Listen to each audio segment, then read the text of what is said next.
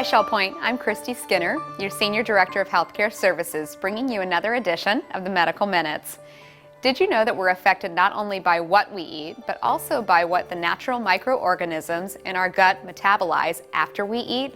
Not only can bacteria affect metabolism, but according to researchers at Johns Hopkins University, they also can impact our mood, immune systems, and our heart health.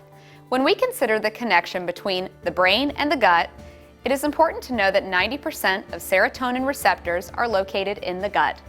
There is a relatively new field called nutritional psychiatry that helps patients understand how gut health and diet can positively or negatively affect their mood. There is an anatomical and psychological two-way communication between the gut and the brain via the vagus nerve. The gut-brain axis offers us a greater understanding of the connection between diet and disease, including depression and anxiety. As far as your immune system, we all know that your gut is the central station for your overall immune health. This is dependent on the gut health microbiota. Our gut microbiota contains tens of trillions of microorganisms and including at least 1,000 different species of known bacteria, with more than 3 million genes, 150 times more than human genes. 1/3 of our gut microbiota is common to most people, while 2/3 are specific to each one of us. In other words, the microbiota in your intestine is like an individual identity card. Research is still evolving, linking the connection between heart health and the gut health, but some fascinating information is being released. The initial discovery between gut microbiota to cardiovascular disease came from researchers at Cleveland Clinic. They discovered that when gut microbes feed on chemicals called choline that is found in eggs, meat, and dairy, they produce a compound called TMA that is converted to TMAO. TMAO causes arteries to harden in mice and is linked to heart disease in humans. Dr. Regina Drews, cardiologist, notes that certain bacteria also converting choline to TMAO, which can damage to blood vessels, also has a strong link to vascular events. She states that TMAO heightens risk for blood clotting events such as heart attack and stroke. This was supported by Dr. Elizabeth Clotis, cardiologist, which supports education for heart health at the American College of Cardiology. How do you improve your overall gut health to help impact some of these concerns? Take a probiotic and eat fermented foods. A probiotic can boost beneficial gut bacteria, but to decide if this is right for you, talk to your practitioner first.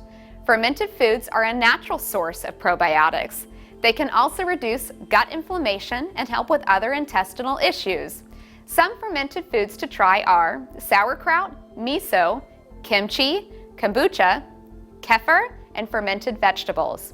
Eat less sugars and sweets. Eating lots of sugars and sweets can cause an imbalance in your gut microbiomes.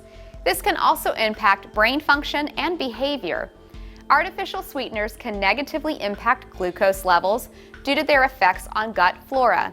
This means that artificial sweeteners may increase your blood sugar despite not even being actual sugar. Eat prebiotic fiber. We all know about probiotics, which encourage the multiplication of beneficial bacteria. Prebiotics can help probiotics become more tolerant to certain environments. Some prebiotic fiber choices are asparagus, chicory, garlic, onions, bananas, and whole grains. Avoid taking antibiotics unnecessarily. Overuse of antibiotics can lead to antibiotic resistance. Now please note, it is often necessary to take an antibiotic, and if prescribed, it's important to complete the antibiotic round ordered and prescribed.